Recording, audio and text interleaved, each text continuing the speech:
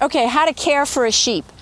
As I said earlier, sheep don't need a tremendous amount of attention. They're actually a pretty easy animal to care for. There are a few things that you need to do, however.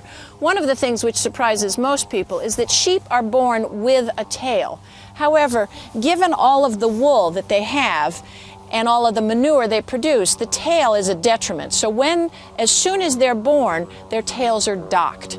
And that's an important thing to take care of. It's done in a painless fashion by putting a very strong elastic around the tail. There, a little bit of tail is left to cover up the vagina on a ewe, just to give her protection, and then that tail will eventually just die and fall off, and that's an important characteristic to take care of. The other thing that they need is, because they're living in a soft pasture environment and they're not climbing rocks as their ancestors used to do, they need to have their hooves trimmed.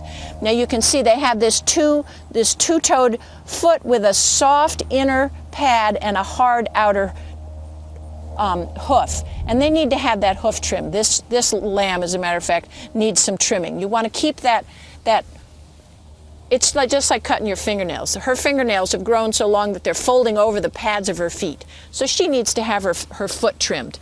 Also, in terms of care, you want to be concerned about what you're feeding your sheep. If they're on pasture and they're grazing, that's fine. They eat at will. If you are feeding them grain, you don't want to overfeed your sheep. You don't want a fat sheep. You want a healthy sheep.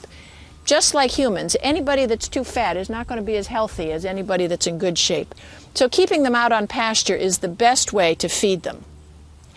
And our sheep have ear tags so that we can keep track of them. If you just have one or two sheep, that's not an issue, but that's what you're going to see in most places where you go where there's sheep, is there's information on these tags, and we keep track of them by when they were born, and then we can keep track of who was bred to whom and all those kinds of information. And that's an important part of caring for sheep on any producing farm.